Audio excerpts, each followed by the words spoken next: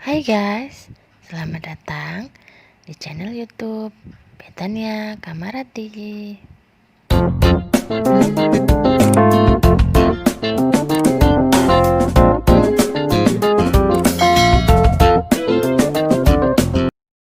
Di video kali ini, saya akan membahas mengenai aturan makan.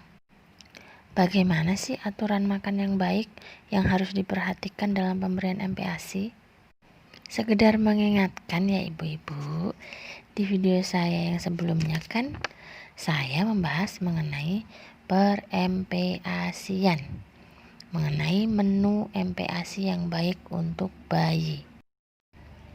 Bagi ibu-ibu yang sudah paham, pasti sudah mempunyai keputusan dalam pemberian MPASI buah hati. Jika sudah mengambil keputusan mengenai menu MPASI untuk buah hati, kita belajar mengenai aturan makan yuk. Siapa yang nungguin pembahasan ini? Ayo. Sekitar 50-60% orang tua melaporkan bahwa anaknya mengalami masalah makan. Tetapi setelah dicek lebih lanjut, ternyata 20-30% anak yang memang punya masalah makan dan 1-2% yang masalah makannya serius serta berkepanjangan. Siapa yang di sini merasa anaknya susah makan? Ayo. Entah dari mana awalnya, namun banyak orang tua menyebut masalah makan ini sebagai GTM alias gerakan tutup mulut. Karena istilah ini memang bukan istilah resmi medis, tentu definisi jelasnya pun juga tak ada. Tapi banyak orang tua yang menganggap GTM adalah makan hanya mau beberapa suap, suka melepeh, suka mengemut, pilih-pilih makanan, hanya mau makan snack, seperti tidak mau makan dan tidak pernah lapar, lebih memilih minum daripada makan, dan juga yang lain-lainnya. Masalah makan dapat bertambah buruk bagi kesehatan anak, mulai gangguan pertumbuhan, rentan infeksi, bahkan kematian. Masalah makan juga berpotensi menyebabkan gangguan kognitif dan perilaku.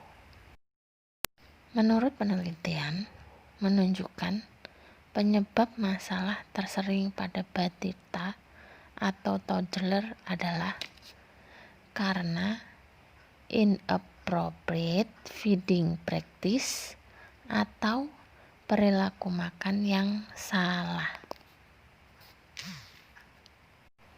Perilaku makan yang salah itu yang seperti apa sih? Perilaku makan yang salah artinya tidak mengikuti aturan makan atau pemberian makanan yang tidak sesuai usia. Praktik pemberian makan yang salah ini seringkali sudah terjadi sejak awal pemberian MPASI. Lalu, aturan makan yang benar seperti apa? Ini adalah aturan makan untuk batita rekomendasi dari IDAI. Walaupun ini untuk batita, ada beberapa hal yang bisa juga diterapkan untuk bayi. Kita bahas satu-satu yuk.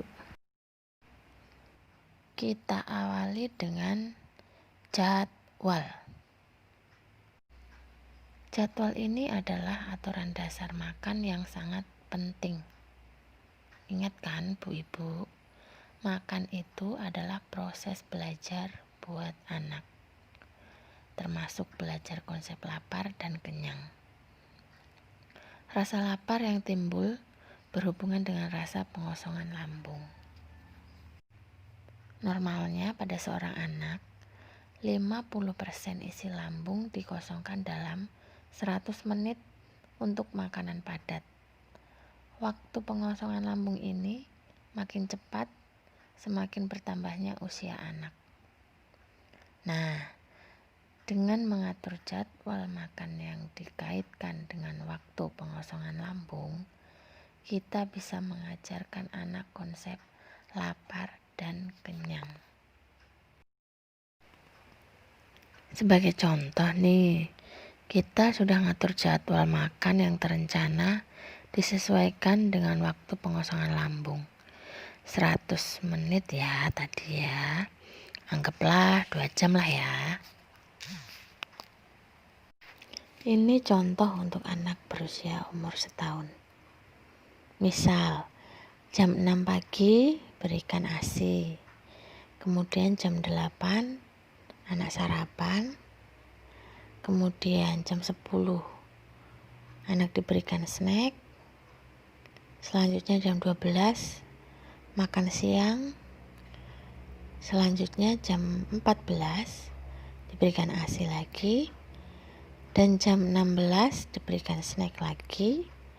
Selanjutnya jam 18 makan malam. Dan untuk selanjutnya jam 21 diberikan ASI. Seandainya saat jam 12 siang makan siangnya sedikit, lalu ibu khawatir gak kenyang dong.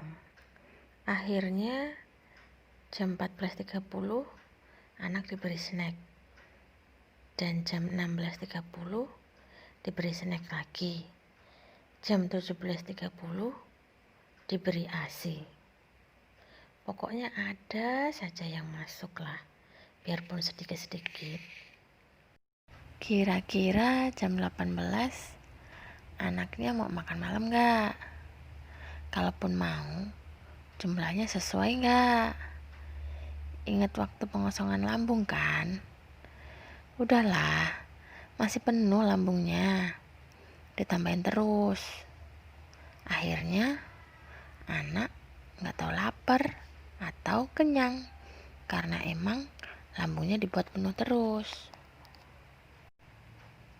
Lalu orang tua bingung dan mengeluh, kok anak saya kayak gak lapar-lapar ya?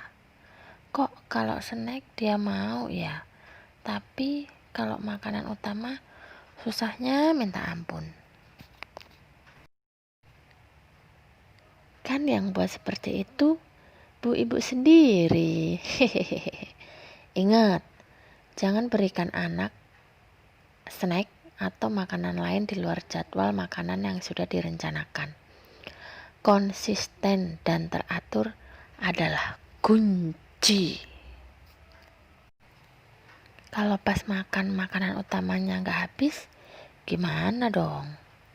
Ya sudah, tunggu sampai waktu snack atau ASI selanjutnya.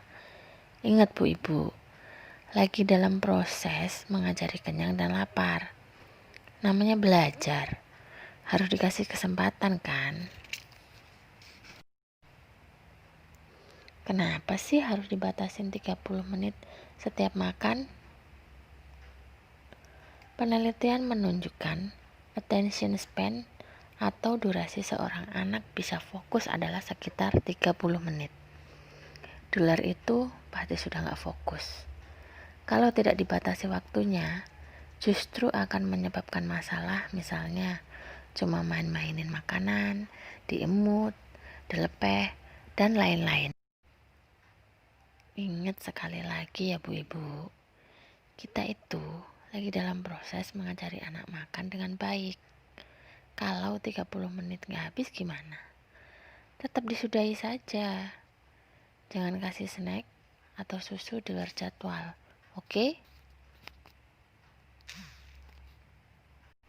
Kasih kesempatan anak untuk merasakan lapar, supaya pada jam makan berikutnya bisa menghabiskan makanannya.